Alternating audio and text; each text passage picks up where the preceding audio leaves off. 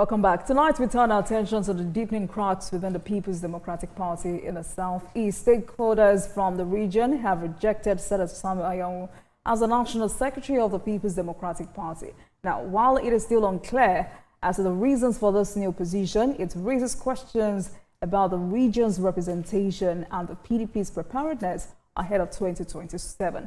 The question on the minds of so many is, what is really behind this sudden rejection? Power play, poor performance, or a shift in political alliances? Well, joining us tonight to unpack this is a political affairs analyst, Ibeh. Good evening to you, Mr. Ibeh. Thank you very much for joining us on the program. Thank you for having me. Yesterday was a redefining moment for the PDP.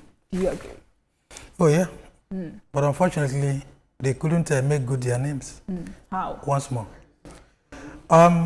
You don't lump...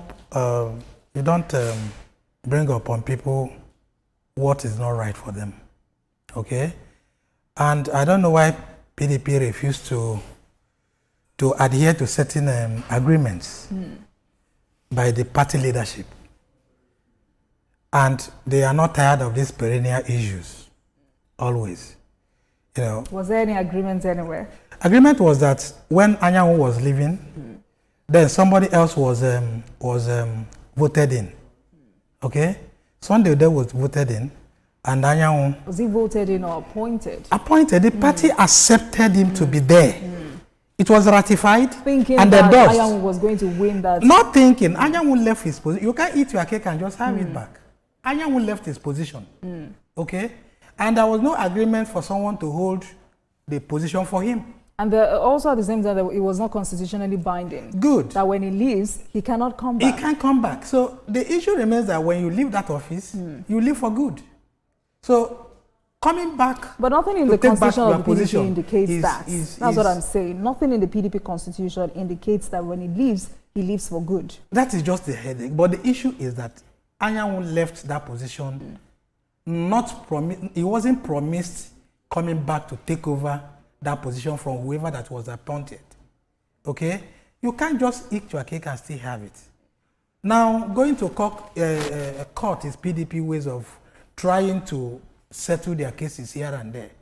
And I'm happy the court had told them that, look, this is an internal affair.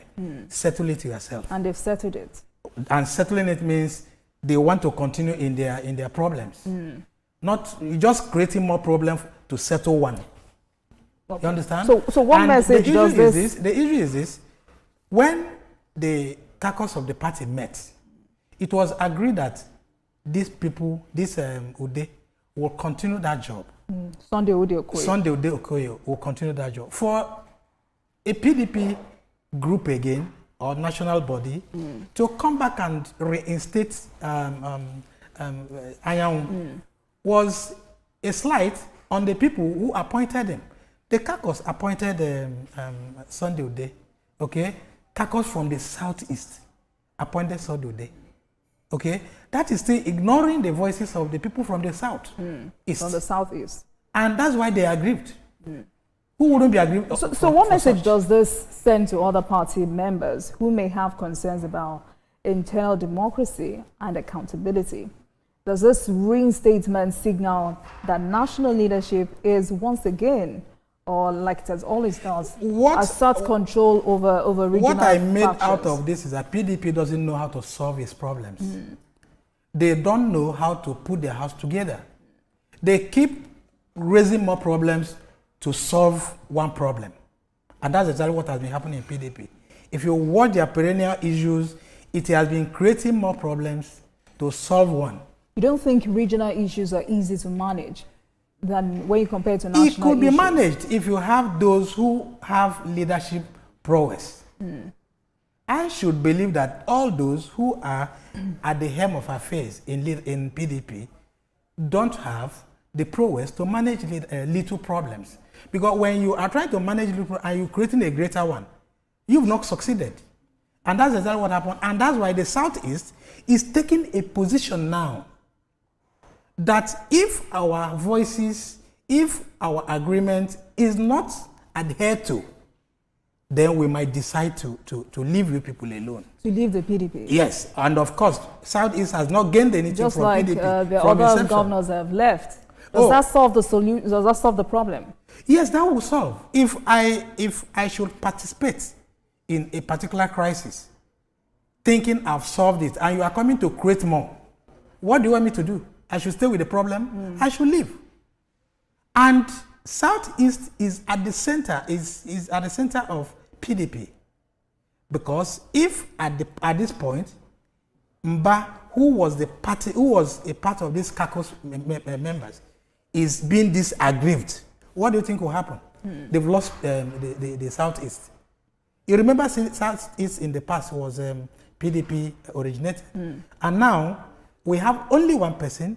That means PDP just having just a leg in Southeast. So if that leg eventually moves out of it as we speak, Mba is very, very aggrieved. And he categorically said it yesterday, that if their positions earlier was not ratified, was not agreed to, then he had no choice but to take a walk. And that means PDP will eventually will not have any government. So help us with the issues. What exactly are the issues? What are the underlying resistance to, or reasons behind this resistance to Anyanwu's continuation as National Secretary? Anyanwu is playing the dance of certain drummers, some drummers. Okay? And the way it looks like, Who are the drummers? I wouldn't know, but the drummers hovers around the leadership of PDP, the upper leadership. And if these people did not come down on their high horses to actually agree on the earlier arrangement made by Southeast Caucus, they might as well lose the party membership in the Southeast. So Anyanwu already had left the party for another position. Is that the only issue? They have myriad of issues, but we are talking about one. Which PDP, is? That's why I say they are trying to solve one issue and create more troubles. It is the same issue that alluded to other parties, that other governors that had left. Remember, originally, Delta was PDP. Same thing with Eno State, which is a Kaibom. Now all of them had left, alluding to the fact that they cannot stay in a troubled party. And this so trouble, you believe the PDP is still troubled? Yes, this trouble is still training this party, and the leadership at the upper level are not really thinking the trouble they are bringing upon themselves. Certain members or certain leaders had come together, governor's quorum had come together and said, okay, we are going to endorse this social person because this guy has left. Not really left the party, but he went to contest for a higher position. Sadly, we have to go, but I'm sure we'll continue this conversation later.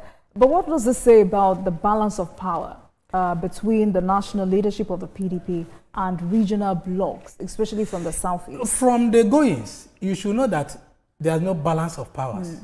Anybody can just come and lord anyone, on anybody, on everybody. From what we saw yesterday, nobody was lording over anyone. Anyanwu was governors. Anyanwu was there were lord. PDP governors in that meeting. Yeah, but Anyanwu was eventually lord on the people. Oh, yes. Perhaps that will stabilize the party. That's in their thinking, but it's creating more troubles.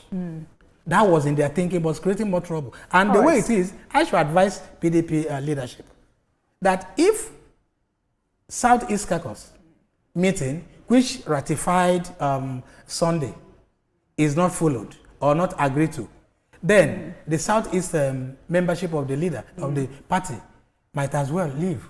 Just Lambert Mba is threatening. And if the party leaves, that will be very good for... If Governor Mba leaves, what impact would that have on the structure of the PDP? Or they are losing membership. Of the PDP? They are losing membership, losing their votes, losing everything. Of course, the party, the Southeast membership for the party had never gained anything. For how many years PDP had lorded over the Southeast regions? We've never got anything from the party. None of the advice that we are given by the people are adhered to, because Southeast is not being taken serious. Then, if I advise you, seeing the position seeing the party are doing, and that part I know will not give rise to what you are saying, and I advise, and if you rejected my advice, what should I do? I should not stay put there. I should leave. But we are saying that since the return of democracy to the southeast, All right. The national leadership of the party in the southeast region have not actually got anything, have not actually got into the mainstream of the we need to leadership continue politics. this conversation some other time, but sadly we're out of time. But for the PDP, there is a second NEC meeting and there is a convention in August. So we'll see how all of these ends. Well, thank you. I wouldn't suggest for them, but I advise that they should do the part of agreement. All right then. Thank you so much, Ziggy Ibeh, political affairs analyst. Thank you so much for your perspective. Thank you on the program. for having Thank you so me. much. Thank you. And thank you very much for watching, everyone. That marks the end of today's episode of Politics Tonight. But before we go, let's tell you that the views and reactions of our resource persons are theirs and have no connection with TVC News. Meanwhile, you can watch the repeat broadcast of this episode at 12:30 a.m. Get in touch with us on our social media handles, Facebook, Instagram, and X at TVC News NG and at Olajumoke using the hashtag Politics Tonight. We're also on YouTube at youtube.com/TVC News NG. I am Olajumoke Olatuji. Good night, everyone.